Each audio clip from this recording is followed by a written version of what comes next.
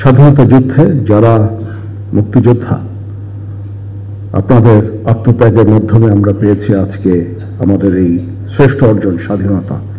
আপনারা জাতির শ্রেষ্ঠ সন্তান। দেশের স্বাধীনতা রক্ষায় আপনাদের দেখানো পথ অনুসরণ করে আমরা পথ চলছি। দেশের বিভিন্ন প্রান্ত থেকে কষ্ট করে এখানে আপনারা এসেছেন, এজন্য আবার আপনাদেরকে আন্তরিক ধন্যবাদ এবং কৃতজ্ঞতা জ্ঞাপন করছি। সম্মানিত অতিথিবৃন্দ, আপনারা অবগত আছেন যে দেশ ও বিদেশে সাহসিকতা ও বীরত্বপূর্ণ কাজের স্বীকৃতি স্বরূপ 2013 সাল থেকে বাংলাদেশ সেনাবাহিনীতে শান্তিকালীন পদকের প্রচলন করা হয়েছে। পূর্বের ন্যায় এবারও সেনাবাহিনী পদক, অসামান্য সেবা পদক এবং বিশিষ্ট সেবা পদক প্রাপ্তদের আজকের এই বিশেষ দিনে পদক প্রদানের মাধ্যমে আমরা সম্মানিত করার চেষ্টা করেছি। সেনাবাহিনীর যে সকল সদস্য তাদের পেশাগত দায়িত্ব পালনে বীরত্বপূর্ণ এবং প্রশংসনীয় কর্মনিষ্ঠার মাধ্যমে উজ্জ্বল দৃষ্টান্ত স্থাপন করেছেন এবং পদক প্রাপ্ত হয়েছেন, তাদের সবাইকে আমি অভিনন্দন জানাচ্ছি।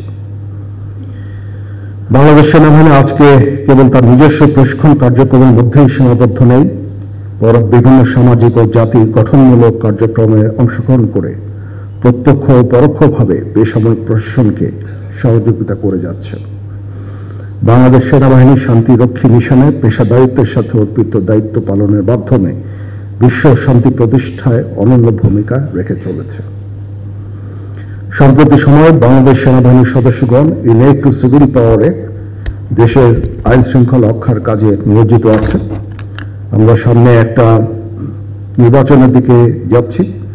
সেই নির্বাচনে আমরা যথাযথভাবে ইনশাআল্লাহ সরকারকে সর্বতভাবে সহযোগিতা করব, নির্বাচন কমিশনকে সহযোগিতা করব, যেন আমরা একটা সুন্দর একটা নির্বাচন পেতে পারি।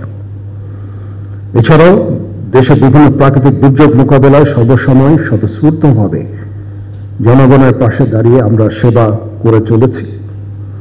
এই সব কিছুই সম্ভব হয়েছে সেনা সদস্যদের অকৃত্রিম দেশপ্রেম, কর্মদক্ষতা, শৃঙ্খলাবোধ ও দায়িত্ব পালনের আন্তরিকতার জন্য।